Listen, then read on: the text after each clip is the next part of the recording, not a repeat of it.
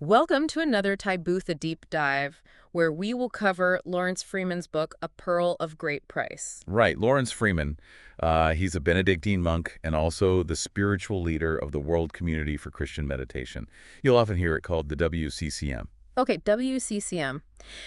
And this book, A Pearl of Great Price, when did that first come out? It was first published back in 2002. The edition we're looking at today, though, is from 2013, and it's published by Media.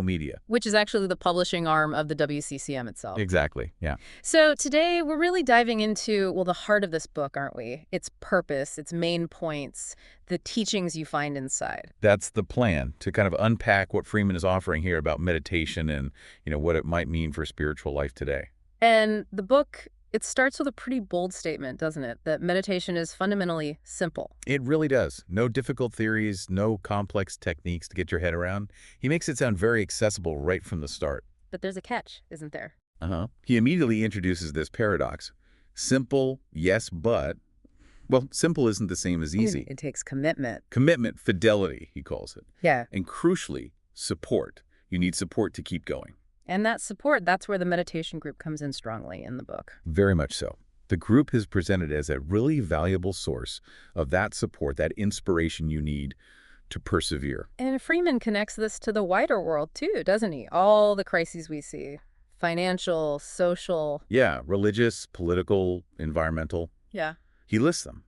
And he positions these small meditation groups, happening all over the world, actually, as a kind of quiet source of hope amidst all that. It's quite a picture. He paints these groups meeting in homes, churches, prisons even. Schools, workplaces. Yeah. Yeah, all sorts of places. The idea is they're fostering inner peace right where people are. And he links this to Scripture. He does. He brings in Matthew 18:20. Where 2 or 3 are gathered in my name, I am with them, suggesting a real spiritual depth to these gatherings. That leads into some interesting history about contemplation, how it wasn't always seen as something for everyone. Right. He contrasts the sort of historical view where contemplation sometimes seemed like a privilege for monks or hermits. With early Christianity, where it was maybe more democratic. Exactly. Mm-hmm. But then later, as the book points out, it did become largely restricted, mainly associated with monastic life. Maybe theology and personal experience drifted apart a bit. But Freeman argues strongly everyone is actually a contemplative at heart. He really does. He points to Jesus' call to be perfect, to find that inner rest as being fundamentally about this contemplative capacity in all of us. Intended for everyone. Intended for everyone, but the book suggests this universal aspect got a bit lost or forgotten sometimes. Made prayer seem like something only experts could do deeply. And the early Christians, they had a different handle on it. Pray without ceasing. Yeah, Freeman suggests they understood contemplation as just part of being human, woven into daily life, even with all the challenges they faced. It was about being present. I always find that Martha and Mary analogy so useful. The book uses it too. It does, yeah. But what's key is how Freeman uses it. He doesn't set them against each other. Right, not action versus contemplation. No. He stresses that the inner stillness, the Mary part, is actually essential for the active life, the Martha part, to be effective and, well, less anxious. So without that inner anchor, You risk just being busy and worried, like Martha was initially. You're less effective, the book implies. so meditation, this work of contemplation, it's not about escaping life. Not at all. It's about enriching it, making you more present, more peaceful in your actions. They feed each other, inner and outer life. Okay, so let's shift a bit. The book also talks a lot about how meditation actually builds community. Yeah, that's a really central idea. By going inwards, paradoxically, you discover how connected we all are. How does that work? Well, the practice itself reveals this shared ground, this underlying unity. And the meditation group becomes like a living example of that interconnectedness. And again, he looks back to the early church, Acts. Yes, that picture in Acts 1:14, the believers united in prayer in Jerusalem. Freeman sees that as a kind of archetype for the modern meditation group. It's quite something, this idea the book presents of a sort of quiet spiritual transformation happening now, led by ordinary people. He really emphasizes that. It's not just bishops or theologians, it's everyday people rediscovering that contemplative prayer is open to everyone and necessary even. So it's a gift, this contemplation, but one you have to actively receive. Exactly. It's grace, Hmm. but it needs our yes, Yeah. our active participation, tending to it with fidelity, with daily practice. And the Christian meditation group specifically is seen as a sign of hope. A renewal within Christianity. Yeah, particularly as Christianity goes through transitions. Freeman sees these groups as hopeful signs, evidence of the Spirit renewing things from the ground up, you could say. Because the path of meditation ultimately leads towards what?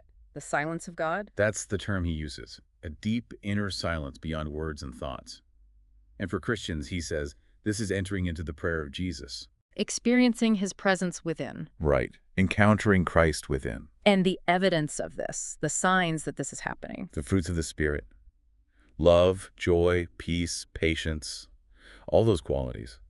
The book suggests these gradually become more apparent in your life as you practice. They're the proof, in a way. Now, we can't really talk about this movement without talking about John Main. The book gives him a central role. Absolutely pivotal. John Main, an Irish Benedictine monk, Freeman presents him as a hugely important spiritual teacher for our time. Bede Griffiths apparently called him the most important spiritual guide in the church today. That's quite an endorsement. And his journey was unusual, starting as a diplomat. Yeah, in the East. Yeah. And that's where he first learned meditation, from an Indian monk, Swami Satyananda. So it came initially from outside the Christian tradition for him. It did. But what Freeman stresses is how Main then recognized this practice resonating deeply within his own Christian tradition. It wasn't foreign. It was like finding a lost part of his own heritage. Through studying the early monastic tradition. Exactly. Particularly John Cassian and the Desert Fathers and Mothers. He realized this silent, heart-centered prayer was right there, deep in Christian history. And his understanding of prayer shifted, not just asking for things. Right. He saw that the early tradition emphasized prayer as the attention of the heart, the whole person focused, attentive to God's presence, not just listing intentions. And the method they used, the prayer of one word. The mantra, yeah. A simple, practical discipline. Cassian talked about it as a way to handle the constant stream of thoughts, the distractions. Just gently bringing the mind back. Gently bringing it back, not fighting thoughts, just returning to the word. And this leads to stillness. Hesychia, yeah. That inner quiet, which Freeman explains is seen as pure prayer, worship in spirit and truth, beyond just words. And the mantra itself, the book says it kind of unifies you, body, mind, spirit. Yes, it's holistic. It centers everything in the heart, which is seen as that deepest point of connection, that place where you meet God. And connecting it to the Beatitudes, poverty of spirit. Directly. That simple, stripped-down focus of the mantra mirrors that inner emptiness, that openness, which is the first beatitude, letting go of self. And John Main's vision was this daily rhythm, morning and evening meditation. Yeah, balancing the whole day. Seeing prayer not just as something you do at set times, but as a way of being with God throughout the day. Okay, so if that's the practice, how do you know it's, well, working? The book talks about relationships. That's a key measure Freeman points to. How are your relationships changing? Becoming more loving, more patient. That's a sign of progress. But importantly, it's accomplished by grace. Not just technique. Not just technique. Grace is primary. But our discipline, our perseverance, our fidelity, they matter. They create the space for grace. There's that word again, discipline. It's essential. But it's a freely chosen discipline, the book argues. And paradoxically, that discipline leads to freedom. Freedom from the ego. Freedom from the ego, from those negative patterns of selfishness, fear, illusion, all that. And that beautiful quote from St. Irenaeus. Oh yeah. The beginning is faith, the end is love, and the union of the two is God. It sums up that journey beautifully, doesn't it? It really does. So the core discipline remains daily practice, morning and evening, ideally. And the weekly group for support. That rhythm is key. And the inner discipline is just saying the word. Faithfully saying the mantra. That's the work. Simple, like we said, but not always easy. And the group helps you stick with it when it feels hard, when you're distracted or discouraged. Immensely. Yeah. That shared journey, knowing others are doing it too, it provides real encouragement. So to sum up this part, meditation is simple, but requires effort. It's life-giving, involves your whole being, and it's ultimately a path of love. That captures it really well. And that's why, as the book notes, these groups have grown so much around the world. People are finding something real there. Which leads naturally to the next step, sharing it. Right. As your own practice deepens, Freeman suggests, there's often this natural desire to share the gift with others. It moves beyond just being for yourself. But people might hesitate, thinking, I'm not good enough or I'm not a guru. Absolutely. The book acknowledges that self-doubt, but it reframes sharing. It's not about being an expert. It's about bearing witness to your own experience. Just talking about it naturally? Yeah, gently, appropriately. Hmm. Maybe explaining why you need quiet time or sharing how it helps you feel calmer. Discernment is needed, of course. But starting a group is presented as a bigger step, a more generous one. It is. And Freeman encourages people not to wait until they feel perfect. He reminds us of John Mayne's view. Hmm. We're all always beginners. Jesus is the teacher. Jesus is the teacher. So you let go of that self-conscious fear, trust the process, and lean on the support of the wider community and the tradition. Okay, so practically, if you're thinking about starting a group, where do you begin? The book advises starting where and as we are. Often that means within your existing networks, your parish, your church community, maybe a prayer group you're already part of. Keep it grounded. Keep it grounded. Share your own journey first. But the book also prepares you for, well, maybe not everyone getting it, potential misunderstandings. Yes, it's realistic about that. You might encounter curiosity, but also maybe suspicion or objections based on misconceptions. And it tackles some common ones head on, like meditation isn't Christian. Right. Freeman explains its deep roots in Christian tradition. The epiphatic way of prayer, the prayer of silence, letting go of concepts. It complements vocal prayer, doesn't replace it. He suggests knowing resources like John Mayne's books, Word into Silence, the Gethsemane Talks. Okay, what about the mantra itself? That sounds Eastern, not Christian. He addresses that too.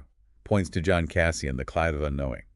Explains it's not about emptying the mind in a void, but focusing attention gently on the Lord, like repeating the Our Father or the Jesus Prayer. He also mentions Matthew 6 about praying sincerely in private. And the fear, it might be dangerous, open you up to bad things. The book counters that, suggests it's more about releasing your own inner negativity. Practice moderately in faith. It's not dangerous. It connects with the belief in Christ in you. Okay, another one. Isn't it selfish, focusing inward? Freeman brings up Jesus and Mary choosing the better part. Meditation, he argues, is actually about selflessness, moving beyond the ego. And it's the ground for compassionate action, not opposed to it. And finally, it's just a relaxation technique, right? It acknowledges the benefits, relaxation, stress reduction, sure. But it emphasizes that's not the main point. It's primarily prayer, a spiritual practice. The real fruits are spiritual growth in love, peace, patience things harder to measure. And the advice for dealing with these objections? Listen without getting defensive. Remember that maybe even clergy haven't had specific training in contemplative prayer traditions. Emphasize it supports other prayer forms. Don't argue, basically. Pretty much. Respond contemplatively. If one door closes, maybe look for another avenue. So once you're ready, how do you let people know? Get the word out. The book frames it not as marketing, but as, not hiding your light under a bushel. Sharing something good. Maybe offer an introduction session. Exactly. A brief talk explaining Christian meditation, then actually meditating together. Maybe get help from the wider WCCM community for that first one. Use their resources. Make a simple flyer. Yeah, a flyer with the basics. What, why, when, where, who. Use email, parish bulletins, posters, local papers. Tell friends. Let people know what's happening. Okay. Finding a place and time seems crucial. Definitely. A quiet, suitable space for weekly meetings. Doesn't have to be perfect. You can create the atmosphere each week, maybe a candle, some quiet music beforehand. Like that group in the London church crypt the book mentions. Right. Shows you can find stillness anywhere. Homes, church halls, community centers. Lots of possibilities. And timing. Needs thought. Late afternoon or evening might work for people working daytime jobs. Morning or afternoon for others. Depends on the community. And the leader needs to be reliable, especially at the start. Be there consistently. Faithfulness and punctuality matter. Later, maybe share leadership. A meeting usually takes about an hour. What about numbers? Is a big group the goal? No, the book strongly advises against that. It quotes C.S. Lewis. The Lord said, "Feed my sheep, don't count them." Focus on quality, not quantity. Exactly. Expect numbers might drop after the initial buzz. Focus on nurturing the core group that remains. Faithfulness leads to spiritual growth, which is the real point, not necessarily numerical growth. Though the long-term vision is maybe a small group in every parish. That's presented as a hopeful goal. Maybe do introductory talks periodically to invite new people. And remember, you're part of a wider national and global community. There's strength in that. So what actually happens in the group meeting? 3 key things: teaching, meditation, and discussion or sharing. But keep it simple. Silence essential. Minimize words. And creating the right atmosphere. Little things help. Welcome people warmly. Maybe quiet music and a candle burning for 10 minutes before you start. Ask for silence. Turn off the music to begin. What about newcomers? Give them a special welcome. Maybe slant the teaching towards them that week. Have a quick private word afterwards to offer support. Even the teaching itself. John Main's talks. Using recordings of John Main's talks is ideal, the book suggests. They act as spiritual preparation. There are different series, books, DVDs, website resources. So the leader introduces the theme first. Yeah, briefly. Or sometimes group members could share a reading or a short reflection. The WCM website also has a weekly teaching resource. Then the meditation period. A moment of silence after the teaching. Maybe quiet music briefly to lead in. Then the meditation itself, usually 25-30 minutes, can start shorter for new groups. And signaling the start and end. Use something gentle. A soft chime, maybe the timepiece CD or the WCCM app has a timer. Frame it as simply a time of stillness. And afterwards. Optional brief reading, maybe. Then, if the group wants some time for sharing or discussion, What kind of discussion? gentle guidance needed here. Focus on reflections about the practice, not just general chat or unloading personal problems. The leader doesn't need all the answers. Encourage others to contribute. Allow for mystery. Paul Harris's Frequently Asked Questions book is helpful. So sharing builds connection, but it's not about analyzing the meditation experience itself. Exactly. It builds solidarity around the shared practice. And underpinning all this is knowing the essential teaching yourself. Crucial. The group reinforces what you learn in silence. So the leader needs to feel comfortable explaining the basics in their own words. Can you quickly run through those core instructions again? Sure. Find a quiet place. Sit comfortably, back straight, eyes lightly closed. Be still. Breathe naturally. Then, slowly, interiorly, repeat your prayer word, your mantra. The recommended one is Maranatha. Yes, Maranath. 4 equal syllables. Listen to the word as you say it. Give it your full attention, but don't think about its meaning. Just repeat it gently, faithfully, for the whole time. And when your mind wanders, Gently bring it back to the word. Let go of distractions, thoughts, plans, worries. Even the thought, I have no thoughts, is a thought. Just return to the mantra. stay with the same word daily. Yes. And meditate twice a day, morning and evening for about 20-30 minutes. And crucially, don't judge your meditation. Don't evaluate how well you did. That self-consciousness is the root of distraction. Often, yes, the practice is about leaving self behind. So let go, return to the word. And attitude matters. Don't expect fireworks or specific experiences. Right. Trust the process. The book uses the parable of the seed growing silently. Mark 4.27. Growth happens in the heart, often unseen. The fruits appear in your life, your relationship. Exactly. Growing in love. If you miss some sessions, just return to the practice with confidence. Important clarification. This meditation doesn't replace other prayer forms. Absolutely not. Freeman calls meditation pure prayer, but it doesn't replace scripture, communal worship, acts of compassion. It's a living foundation for them, not a substitute. John Main said the best fruit of meditation is. Small acts of kindness. That really grounds it. The book also touches on relating to other faiths. Yes. Reflecting a shift towards more reverence for truth and goodness wherever it's found. Contemplative experience, it suggests, is key for mature interreligious dialogue. So Christian meditation groups are naturally open. Instinctively ecumenical, Freeman says. Open and hospitable to all genuine seekers. Maybe even hosting interfaith meditation evenings once a group is mature and agrees. Okay, last question maybe someone listening might have. Am I really the one to do this? To start a group? The book offers real encouragement here. It's a step of faith.